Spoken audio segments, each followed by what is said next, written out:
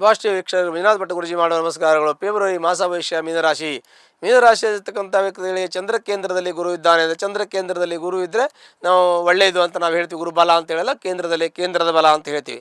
ಆದರೂ ಕೂಡ ಮೀನರಾಶಿಯವರಿಗೆ ಏನಾಗಿದೆ, 7.5-7 ಶನಿ ಪ್ರಭಾವ ಇದೆ.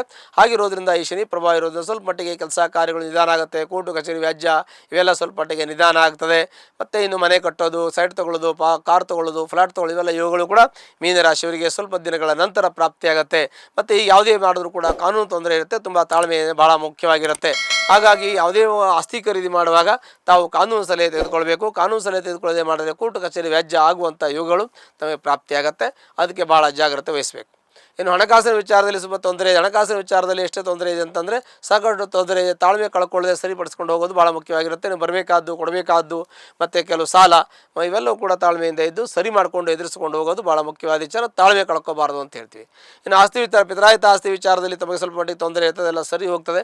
ಆ ಒಂದು ಮೂರನೇ ಮನೆ ತೃತೀಯ ಭಾವಕ್ಕೆ ಭ್ರಾತೃಭಾವ ಅಂತ ನಾವು ಹೇಳ್ತೀವಿ. ಅಲ್ಲಿಗೆ ಶನಿ ದೃಷ್ಟಿ ಇರೋದ್ರಿಂದ ಶನಿ ಇರೋ ಮನೆ ಒಳ್ಳೆಯದು, ಆದರೆ ಶನಿ ದೃಷ್ಟಿ ಕೆಟ್ಟದ್ದು ಅಂತ ಹೇಳ್ತೀವಿ. ಹಾಗಾಗಿ ಭ್ರಾತೃಭಾವಕ್ಕೆ ಶನಿ ದೃಷ್ಟಿ ಇರೋದ್ರಿಂದ ಕುಟುಂಬಕ್ಕೆ ಸಂಬಂಧಪಟ್ಟಂಥ ಆಸ್ತಿ ವಿಚಾರ ಸ್ವಲ್ಪ ಗೊಂದಲ ಇದೆ.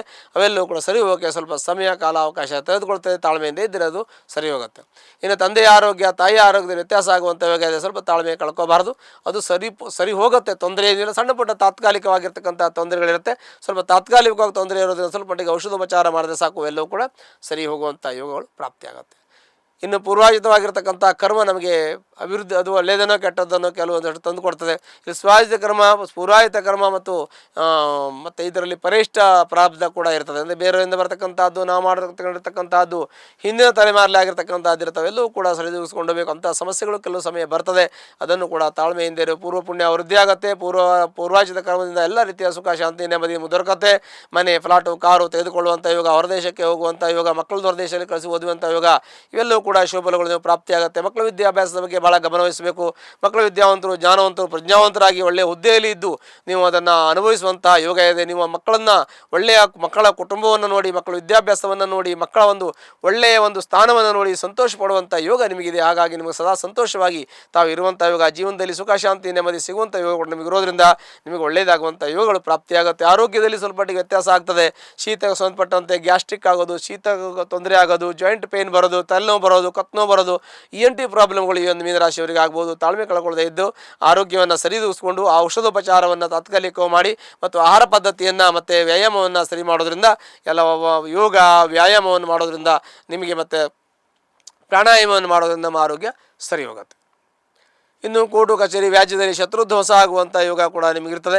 ಅದರ ಜೊತೆ ಆರೋಗ್ಯದ ವ್ಯತ್ಯಾಸ ಇರುತ್ತೆ, ಅದನ್ನು ಸರಿ ಮಾಡ್ಕೊಳ್ಳಿ ಅಂತ ಹೇಳಿದೆ. ದಾಂಪತ್ಯ ಸಣ್ಣಪಟ್ಟ ಕಲಹ ಮನಸ್ತಾಪ ಸಮಾಧಾನ ಆಯ್ತು.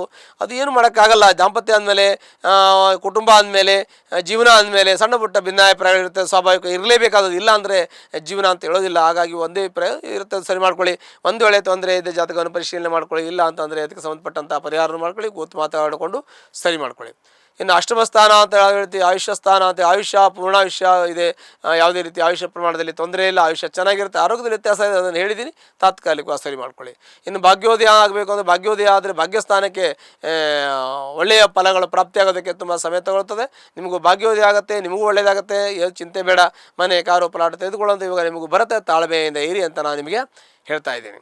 ಜೊತೆಗೆ ಕೆಲಸದಲ್ಲಿ ಉನ್ನತವಾಗಿ ಸ್ಥಾನ ಹುದ್ದೆಯನ್ನು ಅಲಂಕರಿಸೋಕೆ ಆಗ್ತಾ ಇಲ್ಲ ಅಂದರೆ, ತನಗೆ ಏನೋ ಒಂದು ಹೋಗಬೇಕು, ತುಂಬ ಪ್ರಯತ್ನ ಮಾಡ್ತಾ ಇದ್ದೀವಿ, ನಮ್ಮ ಜೊತೆಗಿರೋರೆಲ್ಲ ಒಳ್ಳೆ ಹುದ್ದೆಯಲ್ಲಿ ಹೋಗಿದ್ದಾರೆ, ಪ್ರೊಫೆಷನ್ ಆಗಿದೆ, ಒಳ್ಳೆ ಎಲ್ಲರೂ ಕೂಡ ದೊಡ್ಡ ದೊಡ್ಡ ಹುದ್ದೆಯಲ್ಲಿ ಇವತ್ತಿನ ದಿವಸ ಚೆನ್ನಾಗಿದ್ದಾರೆ, ನನಗೇನೋ ಮುಂದೆ ಹೋಗ್ತಾ ಆಗ್ತಾ ಇಲ್ಲ, ಮುಂದೆ ಹೋಗಿ ನಾನು ಅನುಭವಿಸೋಕ್ಕಾಗ್ತಾ ಇಲ್ಲ, ನನ್ನ ಜೀವನದಲ್ಲಿ ಯಾಕೋ ನಾನು ಹಿಂದಿದ್ದೀನಿ, ನನಗೆ ಪ್ರಮೋಷನ್ ಸಿಗ್ತಾ ಇಲ್ಲ, ಹಣಕಾಸಿನ ಅನುಕೂಲ ಆಗ್ತಾ ಇಲ್ಲ ಅಂತ ಅನಿಸ್ತಾ ಇದೆ. ಅವೆಲ್ಲವೂ ಕೂಡ ಕೆಲವು ಸಮಯಗಳ ತೆಗೆದುಕೊಳ್ತೇವೆ. ನಿಮಗೂ ಒಳ್ಳೆಯದಾಗತ್ತೆ. ಹಾಗಾಗಿ ತಾಳ್ಮೆ ಕಳ್ಕೊಳ್ಳೋದು ಬೇಡ.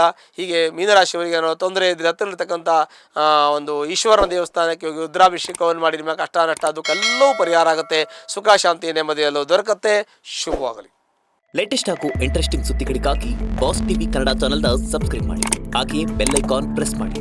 ಇದರ ಜೊತೆಗೆ ಫೇಸ್ಬುಕ್, ಇನ್ಸ್ಟಾಗ್ರಾಮ್, ಎಕ್ಸ್ನಲ್ಲೂ ಮಿಸ್ ಮಾಡದೆ ಫಾಲೋ ಮಾಡಿ.